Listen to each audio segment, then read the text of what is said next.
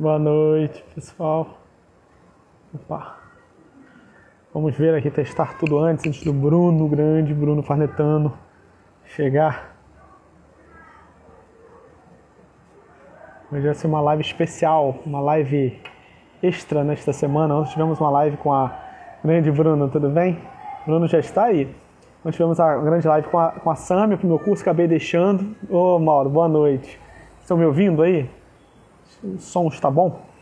E hoje mais uma live especial, antes da live de quinta, né? Enfim, essa semana. Oi, Bruno. Então pronto, a hora que você quiser aí, tá todo mundo assim ansioso para falar com você, Bruno. Que bom, então não saia daqui, ó. Conheceu ontem pela Sâmia. Que bom, hoje tem uma live maravilhosa com o Bruno. Você vai conhecer outra pessoa fantástica que é o Bruno. O Bruno aqui também é médico, enfim, um pouco de médico. Eu também vou conhecê-lo mais profundamente hoje aqui. Eu conheço um pouco o trabalho dele. Agora, Bruno, agora, que o pessoal já está ansioso aqui. Obrigado, Mauro, brigadão. Grande Arthur, saudade, rapaz, tá sumido. Maria José, que legal. Um monte de gente boa aqui. Flávia. Ah, e o Bruno tá pedindo aqui, ó, para entrar. Opa.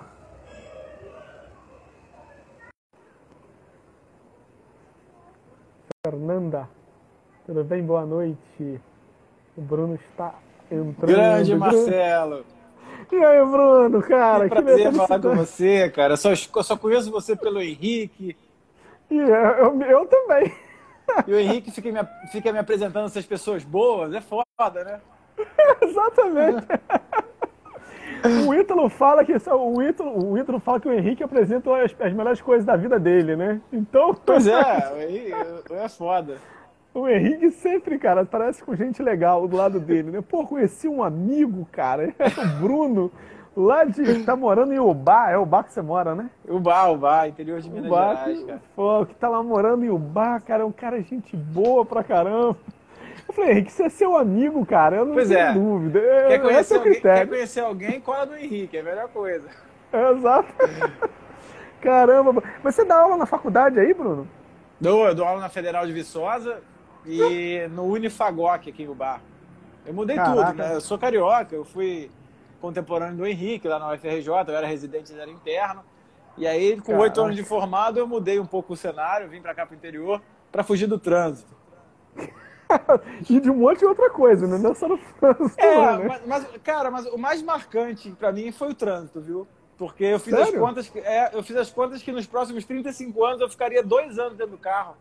Eu falei, não vou ficar não, cara. Aí vazei. Que isso? Você é o cara que faz esse tipo de conta, cara? Nunca imaginei isso. Eu faço essas contas, cara.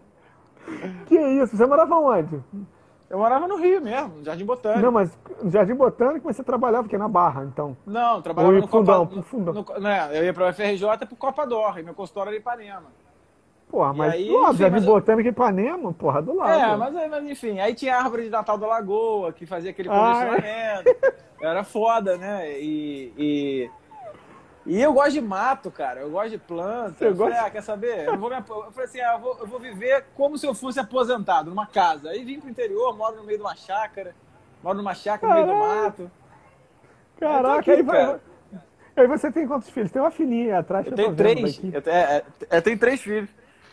Tem o Braz, a Serena e o outro não tem foto dele ainda não. É muito pequenininho.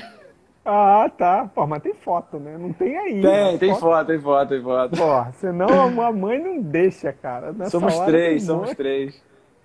Aqui somos 4 vindo o próximo. Estamos chegando 5 agora. Aqui. Que legal. Eu sabia que eram 4, que você tinha 4 aí.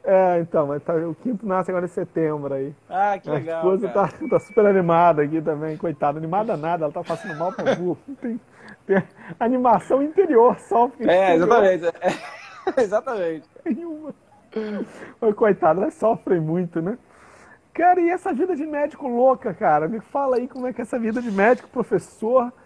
Cara, queria até como diz o Henrique, né? Vamos elevar um pouco a coisa, né? O Henrique gosta... Mas o Henrique vai lá no céu, né? Quando eu começo a falar umas coisas, o Henrique fala. E eu hoje fiquei vendo o seu perfil, né? Ontem assisti a sua live com a Sâmia, né? E aí você vai da Sâmia pro Bruno, né? Então, assim, só pra fazer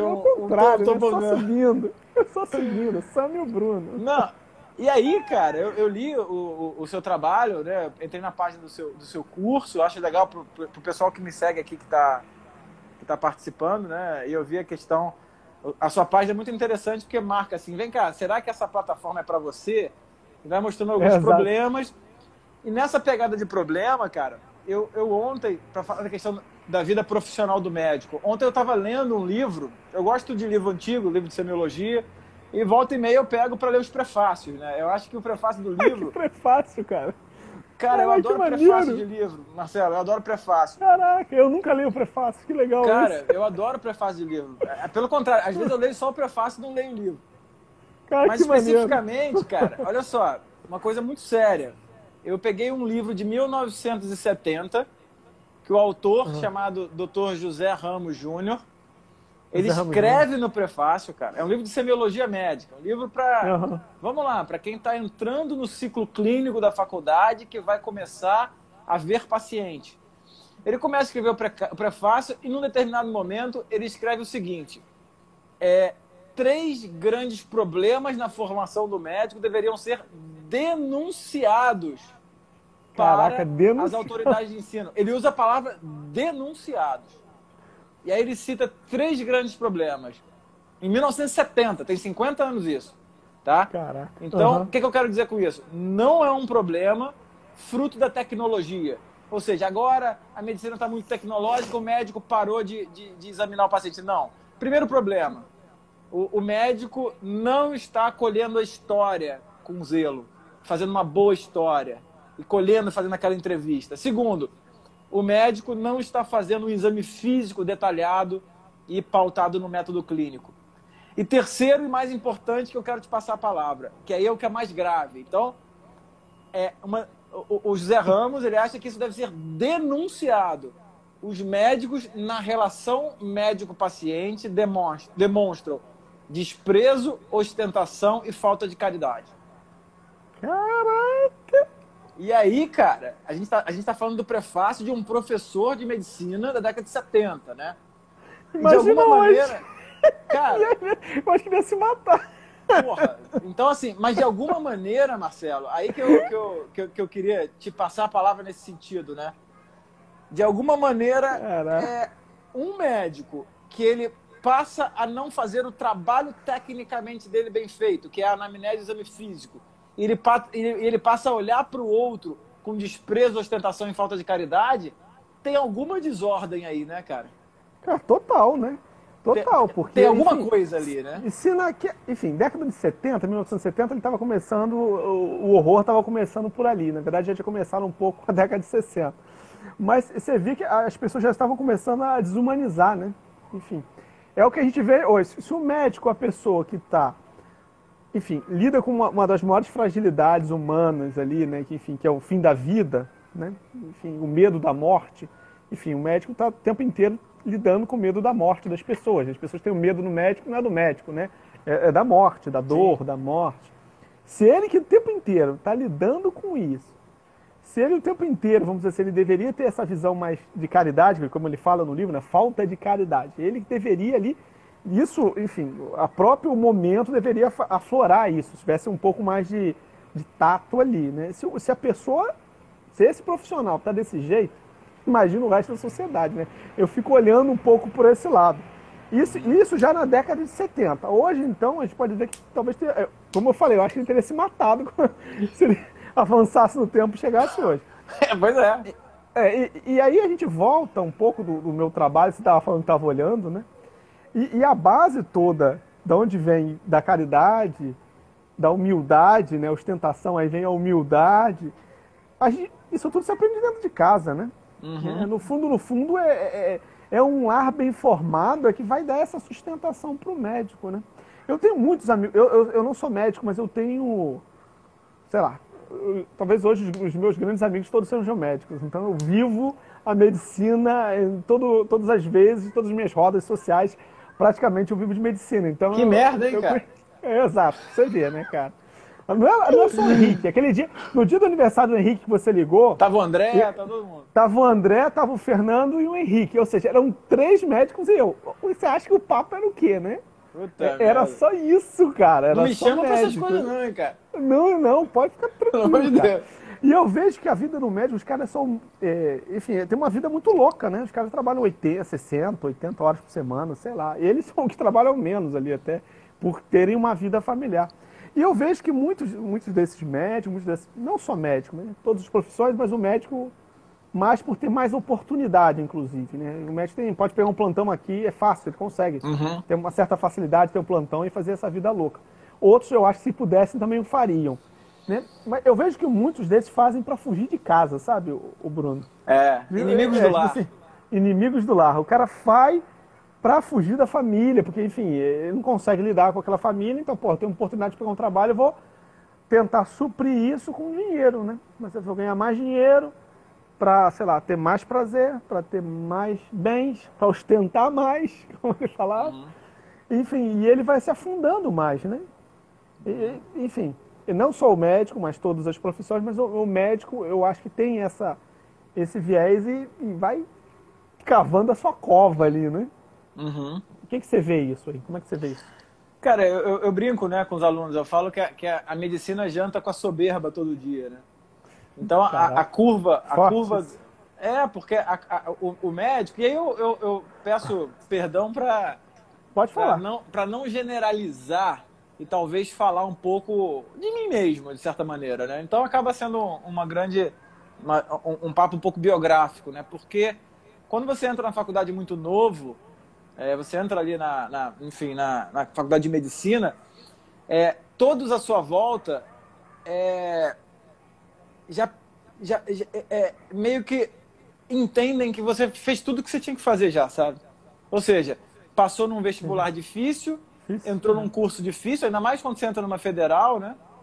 E aí já tem o sucesso garantido. Que, de certa maneira, é o que você falou. Eu não conheço médicos sem trabalho ou sem um ordenado no final do mês razoável para uma vida confortável. Eu não conheço. Mas eu conheço médicos infelizes. Isso. E cada vez mais infelizes e mais desordenados. E a medicina, eu acho que é um problema porque você é exposto a uma profissão onde não é bem um sacerdócio e nem uma profissão, né? Fica ali entre as duas coisas, porque entra, inclusive, um ato de misericórdia ali, que é você atender um doente, né? Eu não estou consertando uma porta. Então, o aluno de medicina, intoxicado por uma sensação de que já fez tudo o que ele tinha que fazer, ele acredita, ele cultua o diploma como se esse diploma fosse a garantia para o sucesso profissional e pessoal. E em algum momento aquilo se quebra, tá? Se quebra, e eu acho que é através dos vícios, né? Que é através de alguns vícios, como, por exemplo, o culto a si mesmo, o hedonismo, enfim, a soberba, porque aquela frase clássica do paciente, né? E aí eu resumo esse comentário naquela frase que o paciente fala: olha, doutor, é Deus no céu e o senhor na terra, né? Essa frase é muito falada. Ou o senhor é um anjo na minha vida. Ou eu te devo a minha vida. De alguma maneira, a nossa profissão, ela dá essa possibilidade de ouvir esse tipo de coisa. Mas, de alguma forma, você desanda. Você desanda. E eu fico perguntando, né? Esses médicos que não fazem uma boa anamnese, que não fazem um bom exame físico e que agem com ostentação, desprezo e falta de caridade. Como será que são essas pessoas em casa, né? Como será que são esses caras, assim, no chorinho do filho, né? Que tá ali às 3 da manhã chorando. Como será que é esse cara com a esposa ou essa mulher com o cara? Eu fico curioso para saber o que acontece ali naquele núcleo familiar, porque eu tenho a impressão, Marcelo, e aí eu te pergunto, que tudo isso que acontece, tudo isso que o José Ramos ele descreve e denuncia, é a consequência de algo que vem de dentro de casa, né, cara? Não, eu não tenho dúvida, né? Não tenho dúvida. A pessoa...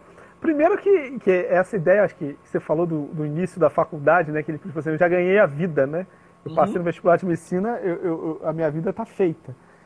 Enfim, a sociedade pensa... Assim, ajuda com que a pessoa pense assim, né? Porque hoje o sucesso da vida, no fundo, é esse, né? A pessoa de sucesso, né? É que ganha muito dinheiro, tem uma boa profissão, e, enfim, é isso, né? Só que aí a pessoa... Essa é a grande frustração das pessoas. Hoje eu conheço vários amigos médicos também que estão deixando a medicina, né? Que acabou o deslumbre da medicina. Né? Porque, puxa vida, tudo aquilo que me falavam que era felicidade, eu não tô alcançando aqui.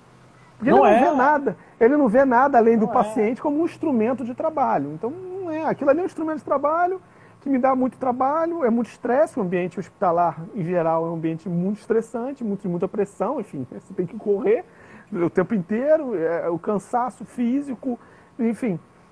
Isso tudo acumula na pessoa e ela começa a ficar frustrado, né? Se frustra, essa frustração ele vai para casa, né? Então, enfim, em geral casa-se com outro médico, né? É muito comum o médico casar com uma médica que também tem essa visão, né? O Henrique fala isso pra mim, né? Ih, é médico casado com médico. Ih, cara, você nunca vai conseguir falar com esse cara. Vai dar problema.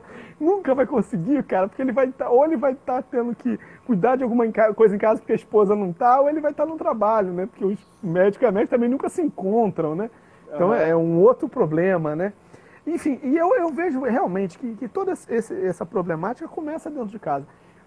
Uma pessoa que trata mal um paciente lá, ou não é que não trate mal, né? Então, não é que trate mal também, né? Mas que seja, no mínimo, uma falta de caridade, como ele dizia, né? O José Ramos Júnior dizia, né? Ou pelo menos com um pouco de desprezo. É simplesmente o meu objeto de trabalho, como, sei lá, o carpinteiro é a madeira, o dele é o paciente. Então, lida com um paciente. É difícil que uma pessoa dessa também não trate, de certa forma, em casa do mesmo jeito. Né? A pessoa começa a olhar demais para si, né? Para mim mesmo, né? Puxa vida, o meu trabalho é estressante, esse sucesso que eu imaginava que poderia me trazer uma satisfação não me traz.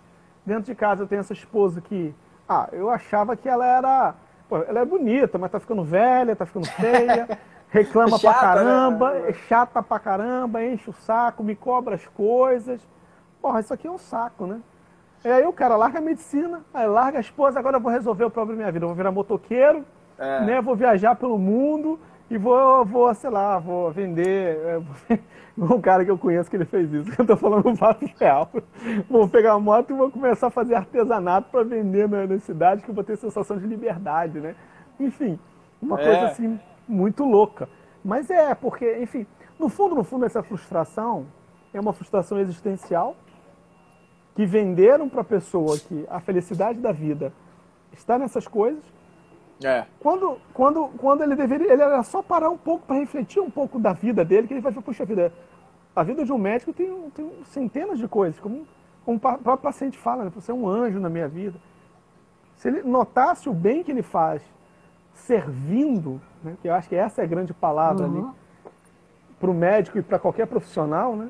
Serviço. Acho que ele deveria amanhecer, botar uma placa na frente da cama, olhar ali e fazer serviço. É isso que eu tenho que fazer, servir. Servir aonde? Servir a minha esposa, servir ao médico, servir ao porteiro do prédio, servir ao meu filho. Se o cara entende isso, ele começa a entender a vida, né? Fica mais fácil, né? Fica até melhor, fica mais fácil. E eu brinco também, esse negócio do carro que eu te falei, sabe, Marcelo? De 3 anos, que eu ia ficar 2 anos a menos no carro. Cara, isso aí tem um fundo de verdade aí pelo seguinte, porque eu vejo muitos médicos no Rio de Janeiro, eu via que a vida deles era o seguinte, o hospital era o estacionamento onde ele parava o carro para ganhar dinheiro, e a casa era o estacionamento onde ele parava o carro para dormir. E a vida dele acontecia com ele mesmo dentro do carro, é até simbólico, é aquela vida sentada nele mesmo, onde ele entra no carro e fala, agora eu não tenho filho gritando, eu não tenho paciente, eu estou no carro, eu vou ouvir uma música, entendeu? Então, de certa maneira, essa questão do carro, ela tem um simbolismo, porque não é um problema real humano, né? Eu, bem ou mal, assim, mal comparando, esse tempo que eu não estou no carro, mal comparando não, bem comparando, esse tempo que eu não estou no carro, cara, eu almoço com a minha família. Então eu chego em casa e tem um monte de criança querendo minha atenção, né? Então eu saio. Então o que eu penso? Eu penso o seguinte: espera aí. Eu não me pertenço. Então eu vou para o hospital, ali eu tenho aluno e paciente, eu tenho que servi-los. Quando eu chego em casa, eu tenho que servi-los. Entendeu? E eu fico menos tempo no carro. Ou seja, eu não preciso ficar olhar para você. Eu não tenho tempo, né? Então, assim, é o que você falou, né? O efeito colateral do serviço é um bem-estar muito mais substancial do que o bem-estar sensorial, né? Então, você tomar aí, enfim, você pular de bungee jump, tirar foto da Torre Eiffel, isso é legal, mas, porra, você servir um paciente, né? Isso aí que é o caminho mesmo, né? Vai te trazer real satisfação ali, né? Você vê que, tipo assim, caramba, eu tô sendo útil para alguém. Ele não é útil para alguma coisa, né? Tô sendo útil para alguém. E, enfim, e é engraçado que o que a gente mais escuta, que o que eu mais escuto, todos os dias eu escuto pessoas falando que vão se separar, que vão se divorciar. E aí é o que a pessoa fala exatamente o que você falou do carro, né? Ela quer, no fundo, entrar num carro, pegar numa estrada, que eu usei o exemplo da moto, e praticamente ir para uma estrada sem fim, infinita, né? Onde ela possa ficar com ela mesma, né? Infinitamente, né? Infinitamente um egoísmo nela, né? Amando a si mesmo, né? Eu preciso amar a mim mesmo. Numa abstração, né? Num mundo que não é real, porque estar dentro do carro não é a vida real, né? Não é a vida real, exato. Nada tá aquilo ali é um trânsito, né? É um caminho a ser percorrido para você chegar em um outro ponto. Né? O caminho não é o fim da estrada, né? Não, e você falou um negócio de divórcio, né? Eu também fico observando médicos que se divorciam, né? Cara, piora a vida, bicho. Piora a vida de todo mundo, né? Piora. Assim, os caras que têm duas casas, enfim, tem que trabalhar mais, estão mais cansados, não tem aquela alegria, né? Então, assim, a vida adulta, ela pode ser... enfim, ela não é esse sonho, né? Que você entra num carro e vai... Mas ao carro voltando aí, né? Entra no carro e você vai aí rumo ao pôr do sol para ser feliz para sempre, né? Exato. E no final das contas, aí é o que a gente estava falando. Eu acho que... Eu brinco isso com os alunos também, falo com a minha esposa que está aqui na minha frente. Eu tenho que sair de casa tendo uma sensação de dever cumprido para eu poder trabalhar bem. E eu tenho que trabalhar bem com uma sensação de dever cumprido para eu poder estar bem em casa, né? Então, não existe, assim, o Bruno médico e o Bruno marido e o Bruno pai, né? Como não existe o Marcelo pedagogo, enfim, e o Marcelo marido e pai. É a mesma pessoa, pô. Então, essa coisa, os alunos me perguntam muito, sabe, Marcelo? Como é que eu faço para separar? Como é que eu faço para não me envolver com os pacientes? Isso é uma doideira, né? Exato, né? Na verdade, meu filho, você tem que se envolver um pouco com ele para você ver que você está diante de um ser humano e dar o seu melhor ali, né, cara? Realmente ali, você não está diante de uma máquina aí, que, como é o tratamento de muitas pessoas. Essa metáfora do caminho é muito interessante, sabe, Bruno? Que às vezes eu fico refletindo e as pessoas hoje em dia, elas querem viver num caminho, né? Elas não querem chegar em algum lugar, né? É aquela pessoa que quer viver na eterna dúvida. Eterna dúvida. Outra frase que eu escuto muito. Marcelo, por que eu me casei com fulaninho de tal? Eu não sei por que eu casei com ele. Onde que eu estava com a cabeça? Onde eu estava com a cabeça que eu fiz com ele. Eu falei assim, minha filha, esse é o tipo de pergunta que você não tem que fazer nunca mais na tua vida. Esquece o porquê lá de trás. Esquece, você morreu. Quando você se casou, você morreu. Então você está com ele. O que importa agora é o que você vai fazer daqui para frente, né?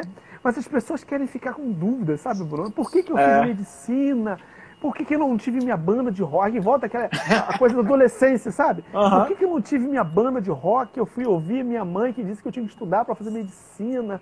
Puxa, eu ia ser muito mais feliz se eu tivesse minha banda de rock. E aí vivem com aquelas eternas dúvidas, né? Por que eu me casei com fulaninha? Por que eu fui ter filho? Por que eu fui morar em Ubá e não fiquei no Jardim Botânico? E aí o cara... Mas, meu filho... a vida é ter dúvidas. Eu falo assim, não, a vida é ter certezas. Eu tenho a certeza que eu fiz a melhor escolha casando com a minha esposa. Eu tenho certeza que fiz a melhor escolha tendo os meus filhos. Eu tenho certeza que a melhor escolha é trabalhando agora. Eu sou engenheiro, né? Eu sou engenheiro e pedagogo familiar, como você falou. Eu fiz excelente escolha trabalhando com engenharia e trabalhando com família. Mas a gente tem que amar aquilo que a gente faz, né? Ter essas certezas, né? Isso aí é a geração que odeia o Capitão Gancho. Por que o Capitão Gancho? Fala. Pelo seguinte, porque o Capitão Gancho é o seguinte, cara. Ele sabe que o tempo passa, que já tirou a mão dele, né? E que vai comê-lo. Ele sabe disso. Ele tá ancorado no mundo real. Ele foge do tempo, do crocodilo, mas ele sabe daquilo, né? Enquanto o Peter Pan tá eternamente na terra do nunca, né? Então, essas pessoas que ficam... Por que eu fiz medicina? Por que eu casei? Meu amigo, você já tá casado, né? Você já fez medicina. Você já é médico, assim. Eu não posso virar uma chave agora com 40 anos e falar assim, os meus filhos não me dão felicidade, a minha mulher não me dá felicidade e a medicina não me dá felicidade. Pelo amor de Deus, cara. Pelo amor de Deus, né? O crocodilo tá vindo aqui, cara. Ele já comeu a minha mão, né, com o relógio lá dentro, ou seja, o tic-tac tá me lembrando ali, né? Ó, o tempo tá passando. E o que eu posso fazer hoje, né? É ser o que eu sou, né? E aí, voltando pra medicina, cara, o que eu vejo é muito isso, sabe? A expectativa de acreditar que a medicina vai ser glamurosa e que esse glamour vai te dar fama e dinheiro, né? E que isso é o segredo da alegria. Não é, né? Exato. É a ostentação lá que o Coisa falava. É a ostentação, exatamente. Que o seu professor falava, né? Essa metáfora do Capitão Gancho é muito boa mesmo, né? Enfim, as pessoas... E essa busca da felicidade onde não vai achar, né, Bruno? Uhum. As pessoas cada vez mais estão buscando a felicidade. Essa semana foi o que era? O cara me falava que ele está procurando, é casado, tem 2 filhos, né? Queria se separar para procurar o amor da vida dele, né? Um cara com 40 e poucos anos vai procurar o amor da vida dele, a felicidade da vida dele, né? Eu falei assim, e a esposa desesperada, mas o que eu faço errado? Eu falei assim, minha filha, o problema não é com você, o problema é dele com ele mesmo, né? E o problema dele é um problema que, enfim, ele está procurando a felicidade onde não está. Ele botou a culpa toda da frustração interna dele em você, né? E é isso que acontece na maioria das vezes. E deve estar vendo muita pornografia, né? Cá entre nós. Porque... Essa é verdade. Exatamente. É verdade. É um mal também. É um problema do cara. É um problema sério do cara. Você pegou no ponto. É o problema da vida humana hoje, né? Exato. É o problema da vida humana. Inclusive da profissão. Eu acho que isso aí interfere diretamente na sua capacidade de dar as devidas proporções para as coisas que acontecem no mundo real, né? Então, a intoxicação por pornografia, eu tenho um monte de aluno, e eu pergunto e vejo, é uma loucura, cara. Você também vê isso, cara? Deve ser quase 100%, né, o Bruno? Eu diria que dos homens dos seus alunos, eu diria o seguinte, cara, é 100%. Também acho, cara. Aí o cara talvez o outro não seja o viciadão lá, mas ele tá vendo os videozinhos que os amiguinhos mandam pra ele, tá vendo. No mínimo isso ele tá vendo. Então o cara já não tá no mundo real mais, né? Ele tá vivendo na fantasia, enfim. Já tá dali, e isso é um problema muito sério, né? E você vê muitos médicos que utilizam isso como ferramenta até pra ajudar, não, cara. Assiste um filme lá, cara, pra você relaxar, pra tudo mais. O cara vai se masturbar lá pra você fazer... Enfim, é o que se escuta, né? E o cara usa até argumento científico, muitas vezes, hein? Uhum. O cara já... Evita câncer. Evita câncer. Baboseiras aí que o nego fala, né? Evita câncer eu nunca ouvi, não, mas... Tem, evita câncer de próstata, De câncer de próstata, enfim, a gente aprende todo dia uma razão nova, né? Pro cara justificar o vício dele, né? Porque se torna um vício ali. E a fuga, né, da realidade, né? O Miguel Soriano faz um trabalho muito grande, muito bonito nesse sentido, né? Ele vai falando no fundo ali, o cara tem que descobrir da onde que é a frustração dele que o leva a isso, né? O cara tem um problema ali e que não é um problema sexual, né? É um problema psicológico que ele tem ali e que ele tem que enfrentar aquilo, né? Aquele medo que ele tem, a frustração que ele tem, o trauma que ele tem e que o leva àquilo, né? Que é favorecido também pelo ambiente onde vive, que favorece o cara busca aquilo. Pela rede Wi-Fi, né? Rede Wi-Fi, enfim, hoje em dia é mole ali em qualquer canto, né? É uma briga que eu tenho na escola, por exemplo, das crianças, que eu falo assim, pra que uma criança precisa de celular na escola, né? Não precisa. Meus filhos não têm celular, né? Não, mas é um trabalho pedagógico. Eu falei assim, meu filho, você não precisa de nenhum trabalho pedagógico com celular. Vou fazer um quiz. A professora faz o quiz, ela faz as perguntas, as crianças escrevem a resposta. Não precisa do aparelho ali para isso. É o que eu falo, eu falo assim, olha, seus alunos aqui, fala pro diretor da escola, fala assim, olha, seus alunos aqui todos veem pornografia debaixo da sua barba, cara. Eles vêm pra escola e não vão nem pro banheiro mais. Eles vão para sua biblioteca, eles vão na sala de aula. E tá todo mundo. Você pode ver um grupinho que está em cima, não é joguinho mais não. O pré-adolescente ele já tá. Enfim, eu que atendo às vezes cara aqui, falo assim, cara, quando é que você começou a ver pornografia? O cara, 9 anos. 9 anos de idade. Hoje era a mamãe desesperada que o pai, um garoto com 13 anos, o pai que estava mostrando para ele, né? Olha só aqui, meu filho, 13 anos de idade, porque senão não vira homem, né? Aquela ideia antiga, né, que o cara tinha. Mas hoje é muito pior, né?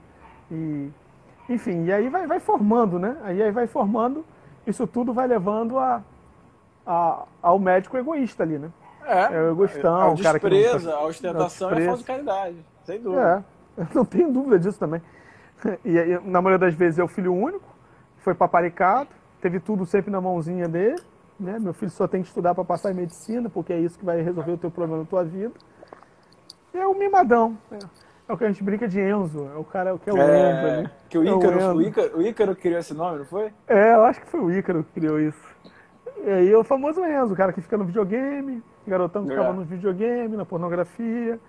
Aí papai e mamãe faz tudo pra ele, né? E aí dá uma mesada pra ele estudar um pouquinho mais. Aí faz, meu filho não tá gostando, não, papai e mamãe cuidam de você.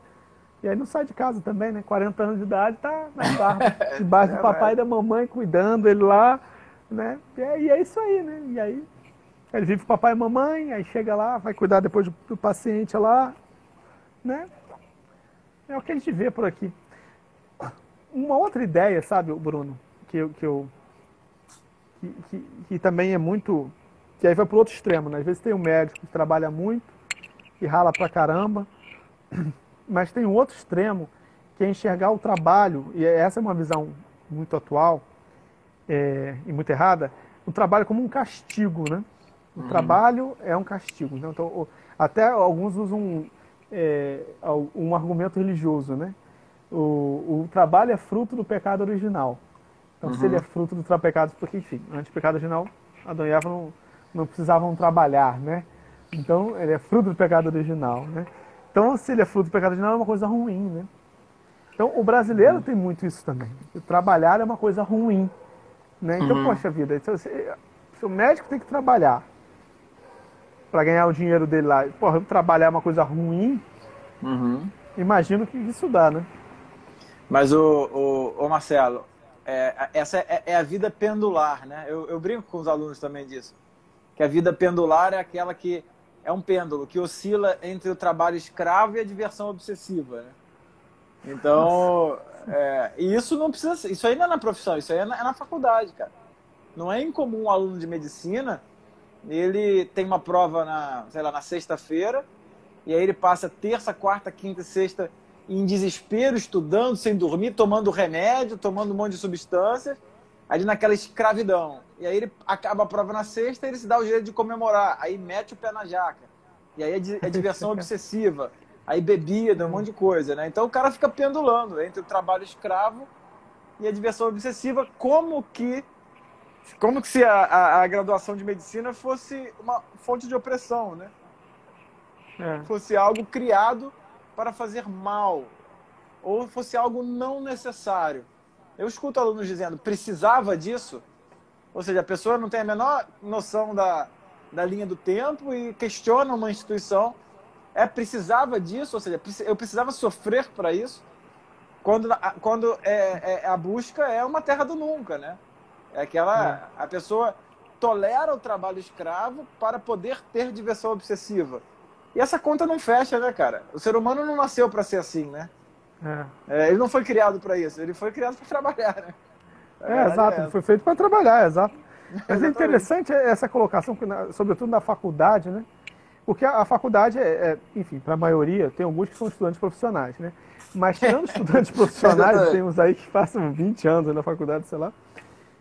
O estudante normal, a faculdade é um caminho, né? Enfim, ela não é um fim em si, né? A gente passa pela faculdade para ser um profissional e poder exercer aquela profissão. Mas as pessoas meio que param, colocam, por isso que eu acho que eu vejo muita frustração quando o cara recebe um diploma ali. Eu acho que esse é um momento muito frustrante para alguns, ali, o pós-diploma, né? É igual o pós-parto, que a mulher tem depressão pós-parto. Mas deve ser a depressão pós-diploma, né? Tipo assim, cara, eu me matei durante 6, 7, 8 anos lá pra fazer medicina. Eu ganhei esse diploma aqui, e agora, cara? Cadê a felicidade que eu esperava que no diploma viesse, eu abrisse aqui, caramba, isso aí, sei lá, um arco-íris aqui no diploma, aquele canudo. Ó, isso é descrito, hein?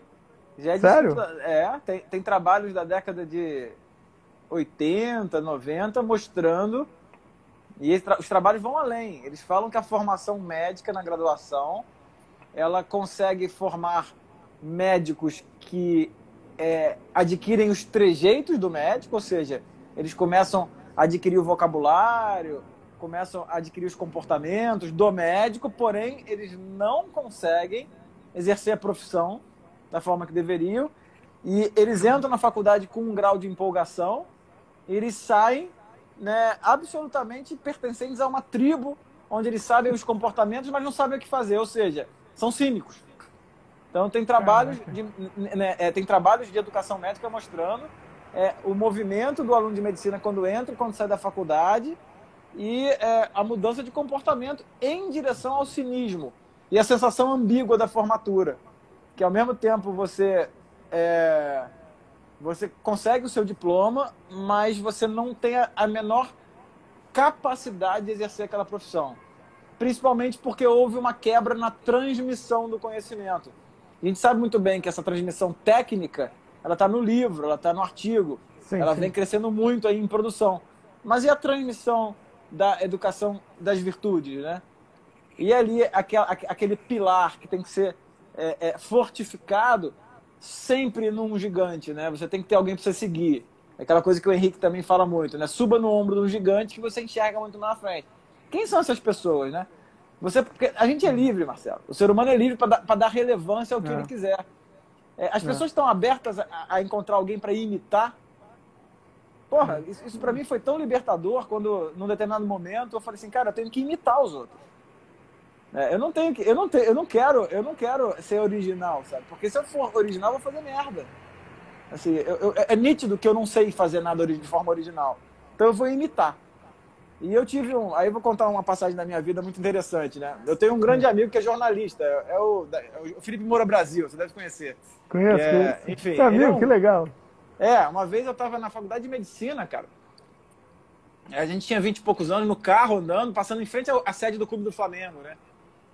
E aí eu comentei com ele, assim, o Felipe é um cara muito estudioso, sempre com uma cultura literária muito grande. E eu comentei alguma coisa com ele, assim, sobre... Eu não lembro exatamente, mas eu falei, poxa, eu que estou fazendo medicina aqui agora, ou seja, a minha vida intelectual, tal. Aí ele virou para mim e falou assim, que vida intelectual?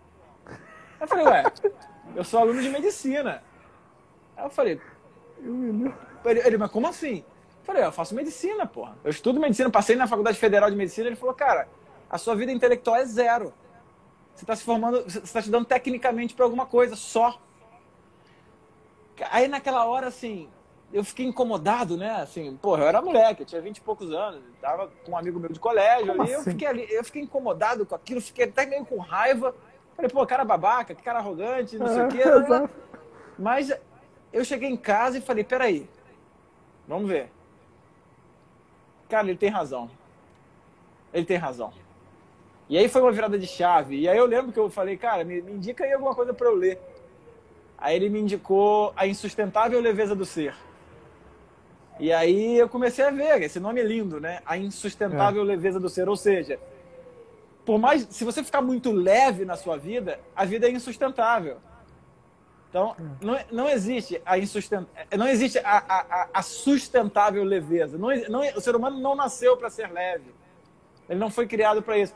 Ou você assume logo um peso que você aguente, ou se você assumir a leveza, você vai se ferrar. Entendeu? Então, exatamente. Exatamente.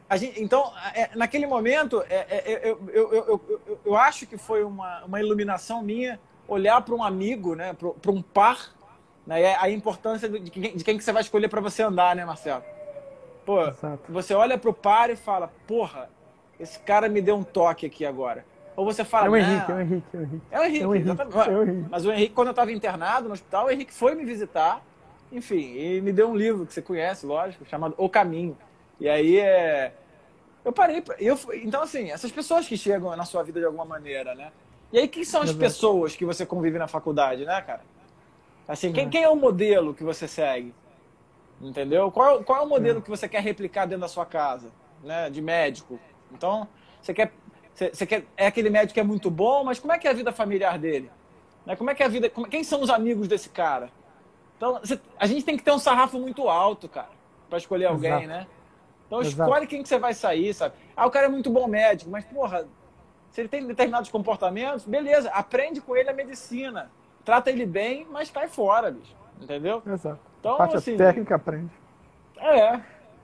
Mas sabe que o problema é que muitas vezes falta alguém para imitar, né?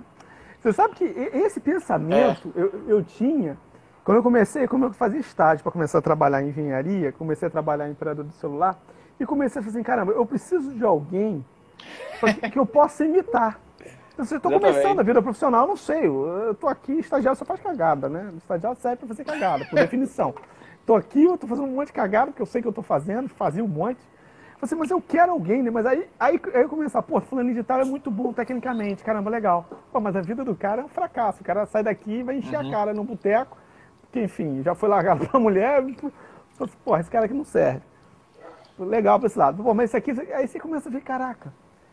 O Ítalo, uma vez, eu estava fazendo um curso presidencial dele, que ele lançou um desafio mais amplo, assim, me diz o nome de ele pegou de uma mulher no Brasil, que seja referência em todos os aspectos da vida humana.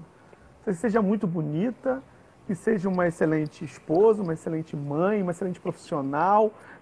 Aí o pessoal, caramba, aí começava, né? A fulana de tal, a fulana de tal é bonita, pô, mas a família da pessoa é mais ou menos. Eu não sei quem.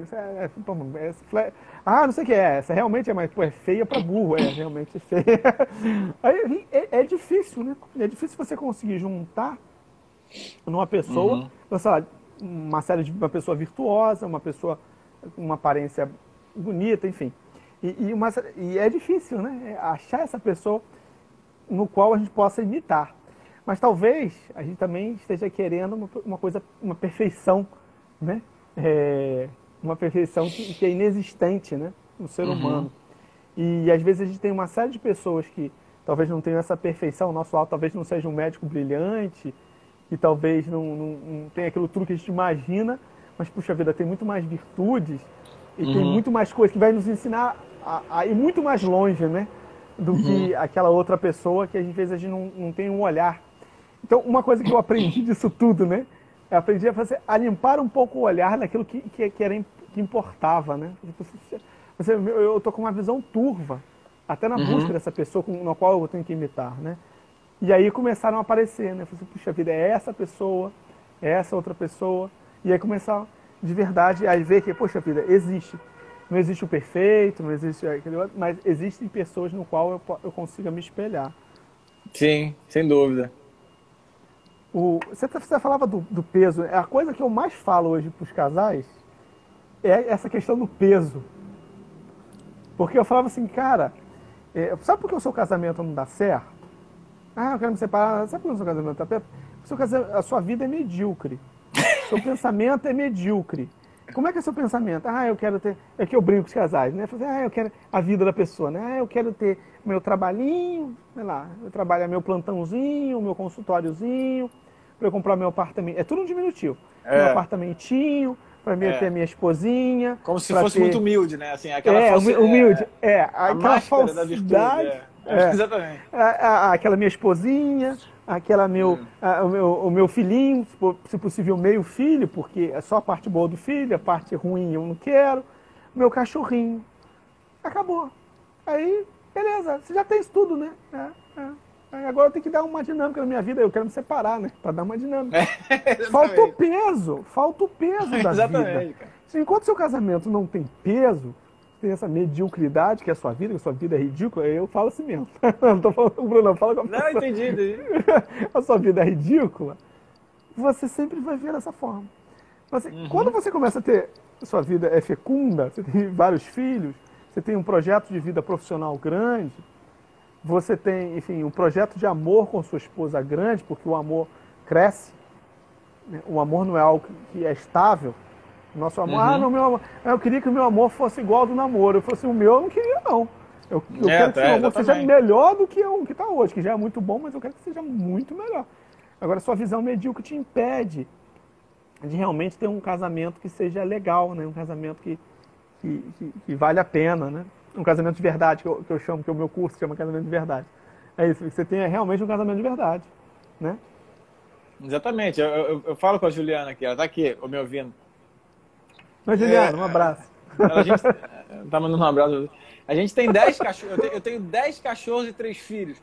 Eu não tenho nem tempo de pensar em me divorciar, cara. Não dá tempo, assim. Assim, eu até posso pensar. Ela tá aqui comigo agora, assim. Se a gente começar a falar sobre. E aí? Vamos pensar em se separar, já vai chorar uma criança, o cachorro vai latir. Não dá tempo, sabe, Marcelo? Não tem espaço para isso na agenda. É isso, cara, é isso. Não tem, né? É o crocodilo que tá chegando e você sabe que ele tá chegando. Exatamente, tá chegando, vai arrancar, daqui a pouco ele come a gente e pronto, cara. Eu não tenho tempo de captar. Mas é isso, cara. Mas é essa. E sabe qual é outra também que eu falo? Tipo assim, quando a gente tem muito peso e muita responsabilidade com a família e com a sociedade, às vezes, né? Tipo assim, que daqui a pouquinho, a gente que imitava várias pessoas começam a nos imitar. Né? E aí eu falo assim, é isso que eu quero que vocês sejam. Casais que hoje pensam separar, mas que lá na frente sejam dignos que os outros imitem vocês. Tipo assim, poxa, eu quero falar com o fulano de tal porque ele tem um casamento muito legal. E aí eu falei assim, quando chega esse momento, mesmo que esse pensamento venha na sua cabeça, você olha para trás e fala assim, caramba, se eu faço isso, eu ferro com a minha vida, a vida da minha família e com essa galera toda. Com todo mundo, exatamente, já era. Não tem mais como fazer cagada, cara. Você não pensa, a minha cagada é grande demais. Exatamente. Pra eu conseguir suportar a minha consciência de ter feito uma cagada grande dessa. Aí não dá mais, cara. Não dá mais. Não dá. É um problema mesmo. Igual aquele cara da Wall Street, né, que, enfim, ficou 15 anos lá fazendo tudo direitinho e depois ele resolve fazer um monte de merda e rouba todo mundo, né? Todo mundo fala assim, porra, mas o cara tá aqui há 20 anos, não sei o quê. Como é que o cara faz isso? É a mesma coisa, né? Então, por isso que escandaliza muito mais uma pessoa que tá em alto nível e faz uma besteira dessa, ou sei lá, um político que vai roubar, pô, o cara foi eleito, o governador, e vai roubar, pô, você tem uma repercussão muito maior, não é a mesma coisa, né? É igual que a pessoa fala, não, é a mesma coisa, o político roubou lá em cima e você que não devolveu o troco de R$2. Você vai me desculpar, mas não é a mesma coisa não, cara. Não tem comparação. É uma falta de noção de proporção, né? Exatamente. Total, mas as pessoas têm, hoje não tem proporção mais de nada, né? Exatamente. Então com você é a mesma coisa, né? Se você faz uma cagada médica hoje, a proporção é muito maior, né? Porque você ensina um monte de alunos, você é referência para um monte de pessoas. Então não é a mesma coisa de um recém-formado que, enfim, comete um erro ali.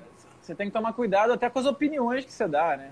Às vezes você tem um conflito ali, em vez de você chegar e assim, se comprometer, você tem que parar e pensar. Entendeu? Às vezes tem uma situação que você não tá... Aquele negócio do palpite, né?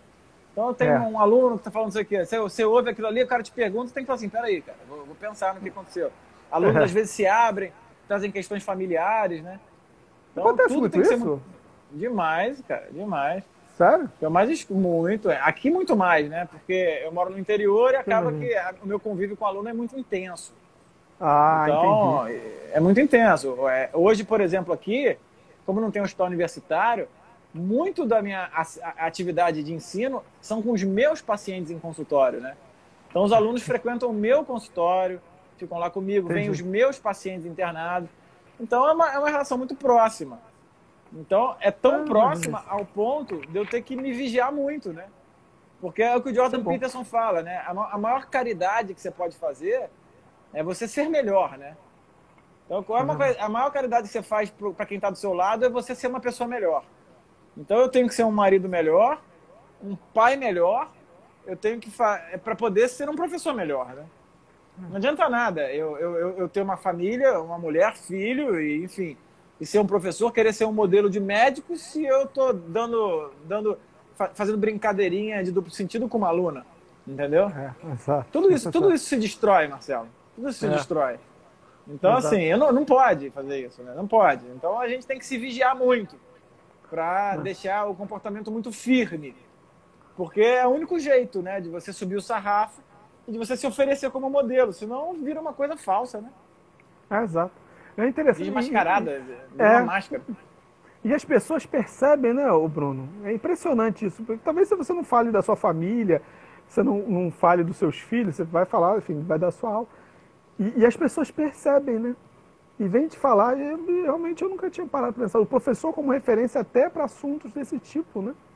Enfim. Muito, muito. As pessoas vêm trazer coisas dos pais, da relação deles com o pai, com a mãe, sabe? Demais. E aí eu tenho que tomar muito cuidado com o que eu vou falar, né? É muito denso, é muito intenso, sabe? As pessoas não percebem isso, mas as virtudes, a forma como a gente vive em todos os ambientes, ela fala no nosso semblante, né? As pessoas não reparam nisso, mas o nosso rosto, a nossa forma de colocar as coisas, demonstra aquilo que a gente é em qualquer lugar, né? Essa é uma ideia, a ideia de botar uma máscara. Não, eu vou botar uma máscara de uma pessoa boa agora para dar uma aula, para ser uma referência dos meus alunos, sendo que saindo daqui eu vou sei lá, pegar a aluna. Na faculdade eu lembro, tinha um professor que ficava com alunas, né? Enfim, isso era comentado com todos, né? Nada contra, né? Não é o meu caso, assim, nada contra, mas, porra, eu sou casado, bicho. Exato. O problema em si, né? Não é o problema em si, é em mim, né? Eu não vou fazer isso. Então, assim, é foda. A gente estava falando das virtudes, né? As virtudes, a gente não tem que ter virtudes para falar que tem a virtude, né? Falavam da ostentação até desse aspecto, né? Mas a virtude, ela fala por si mesmo, né? Assim, ela está, como eu dizia antes, está na nossa cara, está no nosso gesto, está na nossa vida profissional. Na alegria, né? A virtude é o caminho da alegria, né? Então, às vezes o cara fala, pô, por que esse cara tá alegre, né? E aí a gente vai percebendo, né? Também foi um exercício que eu aprendi, enfim, né? Dentro da minha educação recente, né? Espiritual, essas coisas. Né? Por que esses caras são tão alegres, entendeu? Por que esse cara tá, assim, até meio bobo alegre, sabe? Pô, esse cara tá alegre demais. E aí você vai vendo, assim, quem são as pessoas alegres de verdade, né? E alegres em qualquer circunstância. Alegres, assim, numa situação de problema ou numa situação de alegria, né? E aí você vai observando quem são as pessoas carrancudas, né? Por que esse cara tá mal-humorado, tá fechadão? Aí você vê assim, cara, eu não quero ser assim, né? Eu não quero ser assim. Eu quero ter uma vida alegre. E aí o caminho para isso é você lutar contra você mesmo, né? Lutar contra os seus vícios e ter uma vida, enfim, pelo menos num caminho de virtude, né? Eu escuto muito a expressão, mas você parece que tem síndrome de Poliana, né? Você sempre quer ver as coisas boas nas coisas. Eu falei, porque é verdade. É a pura verdade, na verdade, né? Você pode olhar as coisas em dois aspectos, né? Até tem aquele filme Ressurreição. Você viu no Netflix, aquele filme? Não vi ainda. Me falaram. O filme é interessante demais, né? E os apóstolos no filme, enfim, eles são até meio bobos, sabe? Quando Cristo ressuscita de fato, né? E aparece lá, eles ficam até meio assim, sabe? Caraca, sabe? Tipo, parece que nada mais importa, sabe? Então, assim, de certa maneira, eu acho que quando você ordena a sua vida, né? Quando você pensa assim, cara, a minha vida é a minha família, né? Numa casa boa ou numa casa menor, não importa. Eu tô bem com eles, né? É o que a Juliana, minha esposa, fala. Olha, não se preocupa não que a gente vai para qualquer lugar. A gente faz qualquer coisa, não tem problema. Aí é aquela sensação assim que, porra, então foda-se o resto, né? Então o que importa o resto? Aí você fica alegre, né? Assim, espontaneamente alegre, né? Então essa falta de alegria que eu acho que a gente volta ao começo do nosso papo, né? Talvez esse médico que não faz uma boa anamnese, que não faz um bom exame físico e que está ali ostentando, desprezando e sem caridade, ele não é alegre, né? Ele não é um cara alegre. Sim. Não é, entendeu? Exato. Aquilo é o reflexo do que ele é, infelizmente, né? Aquilo ali, aquilo fala mais sobre ele do que sobre a medicina. Exatamente. Ninguém consegue fingir que é alegre o tempo inteiro.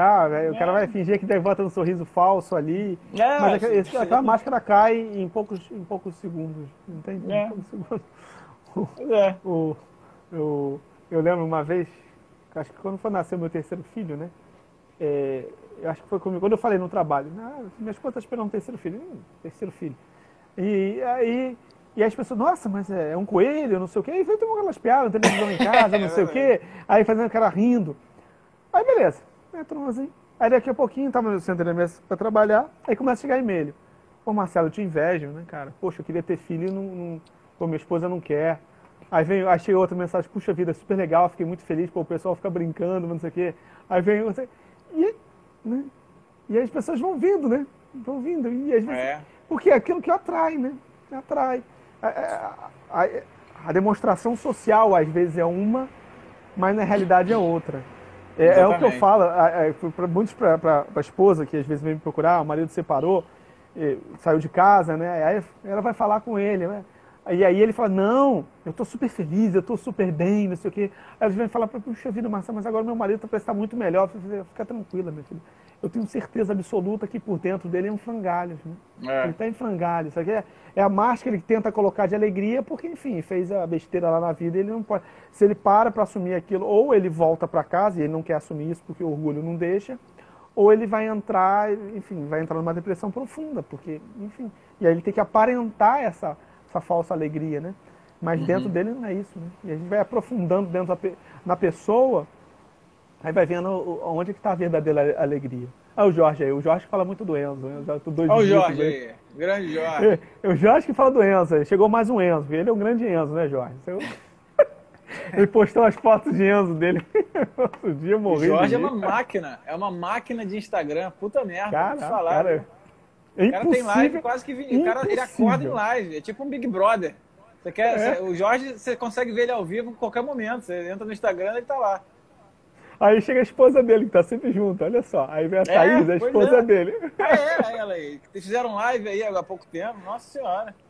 Não para quieto, cara. O Jorge falou assim, Jorge... E ele vai ficando mais forte, né? Assim, ele vai ficando cada vez mais forte. Não sei que horas que ele malha, viu? Mas ele malha aqui no Instagram, aqui, cara. É assim. Só pode ser, cara. Só aí ele vai malhando. Tem treta aí. O segredo tem que ser revelado. O Jorge é bizarro, meu. Outro dia eu fiz um desafio com ele. Eu falei, Jorge, meu desafio é conseguir responder mais caixinha do que você hoje. É impossível. Não, é impossível. Ele deve ter algum ghostwriter ali que fica respondendo essas coisas. Não é possível, esse cara não dá. Olha lá. Ih, caramba. Aí o outro já me manda um áudio de 2 minutos, né? A esposa. Aí começa. Áudio de 2 minutos não dá pra gente ouvir, não. Isso aí tem que virar mensagem de texto escrita. Exato, porra. Não é possível. Bruno, obrigado, cara. Tá chegando que isso, eu que adorei, cara. Agora é o seguinte. A próxima live, você e o Henrique. Eu vou falar com o Henrique.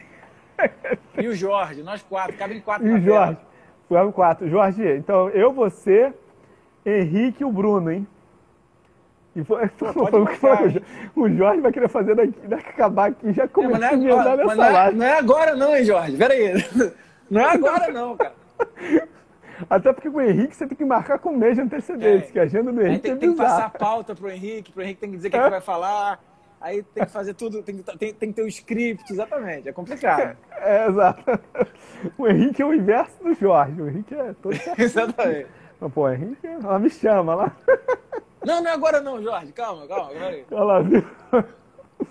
Ai, um perigo. Obrigadão, Bruno. Manda um abraço pra Juliana, pras crianças aí, olha. Aí, chama o Jorge. Eu descanso. Olha lá, agora. Entra aí, Jorge. Claro que pode. Entra aí, Jorge. Entra aí, pronto, vai. Entra aí, pede aí. Aí, tá vendo? Agora... É bom que não precisa convidar, né? Ele já se convida. Pede aí, Jorge. Pede aí que eu te incluo. Deixa eu botar aqui, vou mandar um convite pra ele, peraí. Ok, peraí. Caraca, Jorge, como é que eu faço isso aqui? Eu me enrolo aqui no Instagram. Fecha aí, Jorge. Entrar, porra. Ô, Jorge, entra aí, cara. Ele deve ter saído já. Ele já tá me respondendo caixinha. Peraí. Ah lá, somente um convidado, eu não posso aqui. Somente um convidado pode entrar ao vivo. Não sei se acho que ele pediu aqui. Peraí. Atirado. Olha lá, mas não... Como é que faz pra botar ele aqui? Aqui eu tô tentando, ele bota aqui, somente convidado para entrar na sua sala ao vivo. O Instagram tá me proibindo aqui, Jorge. Ah, fala lá, peraí. Ah, ele pediu. Ah lá. Mas então, mas não tá deixando. Eu tô tentando aqui, ó, tentei convidar ele. E não tá deixando. Aqui, ó, convidar para participar. Esquisito. Aí diz que não pode. Jorge, como é que faz isso, Jorge? Você que é o rei daqui do negócio. Diz que não tá podendo. Por que não pode, Jorge? Tem que começar do zero? Ele tá bloqueado no Instagram. Ah, é. Então é isso. Mas acho que é isso não, porque aqui tá dizendo no meu que só pode um. Ah, que estranho. Eu nunca fiz mais de um. Tenta do meu, olha lá, tá vendo? Olha lá. O outro malandro. Ai, deixa eu ver aqui. Mas é o seguinte, eu vou sair. Jorge, você consegue? Abre uma. É porque ele deve. A lista não gosta de mim. Não é você, não deixa nenhum aqui. Olha o camada 4 aí, Jorge. O que é isso aí? O Insta não gosta de você, rapaz. Mas sai ele da camada 4, cara. Mesmo. Mas ele é todo quarta camada. Deixa eu falar, hein? Jorge, é o seguinte, vamos sair aqui, aí você abre lá e a gente entra lá, Bruno. Tenta entrar lá. Tá. Entrar no... Peraí. Jorge, você consegue? Entra aí. Eu vou sair aqui, vou fechar e a gente entra Tá. lá. Peraí, vou encerrar aqui.